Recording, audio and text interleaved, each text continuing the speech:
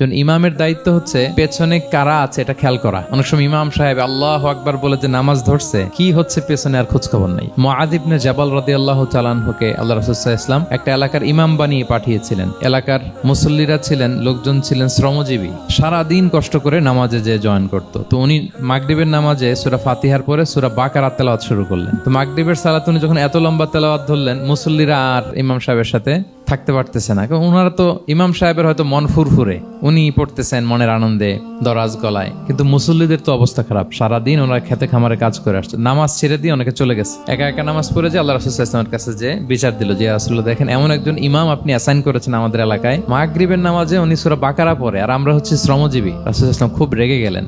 মুআয ইবনে জাবালকে ডেকে বললেন, তুমি কি সমাজে ফিতনা ছড়াচ্ছ? তুমি জানো না এরা কারা? তোমার কি সূরা ওয়াদ-দুহা ওয়াল-লাইলি ইযা সাজা মুখস্থ নাই? তোমার কি ওয়াশ-শামসি ওয়া-দুহাহা এটা মুখস্থ নাই? তোমার কি সাব্বিহিসমা রাব্বিকাল আ'লা এই সূরাগুলো তোমার জানা নাই? উনি বললেন জানা আছে। তো এগুলো রেখে দিয়ে মাগরিবের নামাজে কেন সূরা বাকারা ধরলা? আল্লাহর হাবিব সাল্লাল্লাহু আলাইহি ওয়াসাল্লাম কিন্তু এমন ইমাম ছিলেন না, উনি অত্যন্ত বিবেকবোধ সম্পন্ন একজন ইমাম ছিলেন। একবার পেছনে এক বাচ্চার কান্না শুনে উনি নামাজ ছোট করে দিয়েছেন। সবাই বললেন, ইয়া রাসূলুল্লাহ এত ছোট নামাজ তো কখনো পড়তে দেখি না। তখন রাসূল সাল্লাল্লাহু আলাইহি ওয়াসাল্লাম বললেন, একটা ছোট বাচ্চার কান্নার আওয়াজ আমার কানে এসেছে, আমার মনে হচ্ছে বাচ্চাটাকে সামলাতে নারীদের কাতারে একটা মায়ের খুব কষ্ট হচ্ছে, এজন্য নামাজটা আমি খাটো করে দিয়েছি। দেখেন কি চিন্তা চেতনা, পিছনে কি হচ্ছে সব রাসূল সাল্লাল্লাহু আলাইহি ওয়াসাল্লাম এটা খেয়াল করতেন।